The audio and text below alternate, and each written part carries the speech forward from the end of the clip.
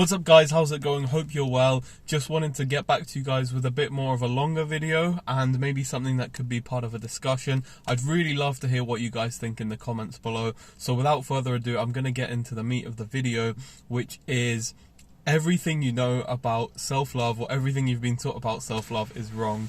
Now, you might be like, oh, here he is again with another clickbait video, but I think it's really important, and when I get through the rest of the content, I think you'll be able to see just how applicable this is, and perhaps actually how true this title is, and not really clickbait, even though it is designed to get more attention.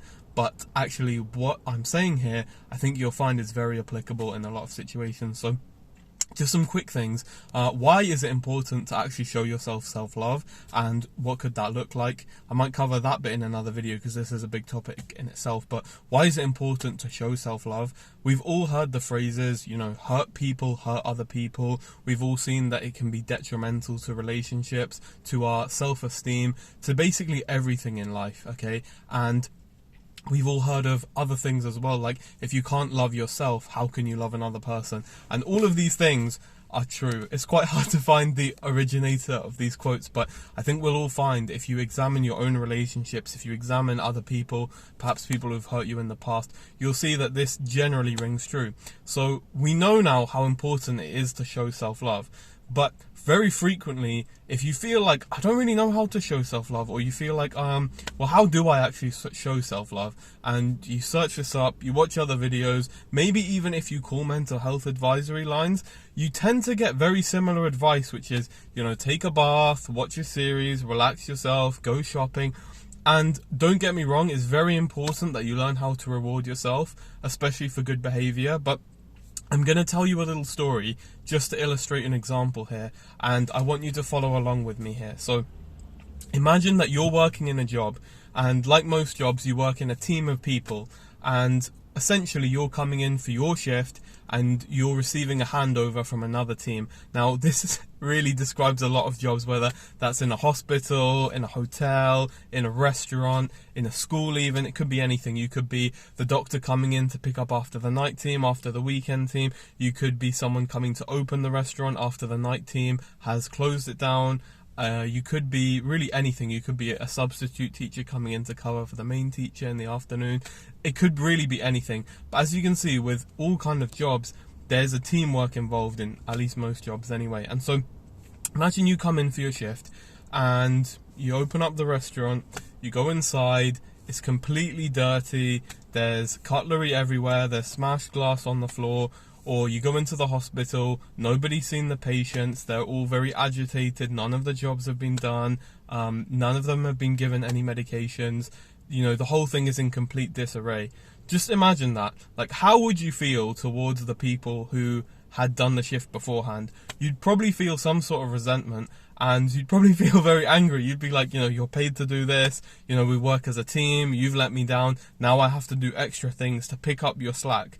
Because of their actions or their inaction, essentially you're now having to do more, you're having to step up. Now imagine if someone told you, just force a mindset, you can change your mindset anytime, just love this person unconditionally. Now you could do that, and it is possible to force your mindset, but imagine how hard and just how difficult it is to just be like, wow, I really love that person for leaving me this complete mess that I really didn't need. Now you might be thinking, like, how does this apply to self-love? So essentially, imagine that your future self is looking back at your current self, okay? And your future self is, you know, you're in a very bad situation and you have no money, you have a very poor physical health because of your eating, your exercise habits, and basically everything in your life is a complete mess. Now, it's really hard then to look back on those moments in your life, those decisions earlier, and be like, you know what, like, wow, I really love that person, you know? And that's why I think it's hard for people to show self-love. So yeah, it's very important sometimes to be able to, you know, reward yourself, go out, go shopping, have a break, watch a series. It's very important to do that. But actually, if all those things do, if you keep resorting to them in the long term, you keep resorting to those instant gratification pathways in the long term, you're always going to find that you're always falling short of your goals. And we're all falling short of our ideal self. That's kind of why there's so much to do in life. That's what makes life exciting, is we have so much further to go. But you're going to be much further than you could be if you took better care of yourself, if you made better choices. This is why it's so hard to actually love yourself, when you, deep down, whether you acknowledge or not, but subconsciously or consciously, you realize that the choices you've made have actually put you in a worse position today. I'll make you another story or another example that you can listen to. So imagine if you're in a really difficult situation and, you know, you're really pushed out financially, there's no money anywhere, like you can't find it, and then suddenly you realize, like, oh, my parents left me that money for when I was older, or, oh, I actually put this money away when I was 14. How grateful would you feel to that person in that moment? How, like, incredibly grateful, how, like, overwhelmed with emotion would you feel towards your parents, yourself, anyone? Now imagine if the scenario was reversed. Imagine if, you know, you came into work, going back to the first example, sorry, and, you know, everything was done, you know, the patients were taken care of, everything was ready to go, everything pristine in the restaurant, tables are clean, everything's fired up, ready to go, you know, ready for the orders, the chefs are ready, the ingredients are all ready. You'd be like, oh wow, that's so much easier to do. How much easier is it to show gratitude, appreciation and love towards the people, the other team?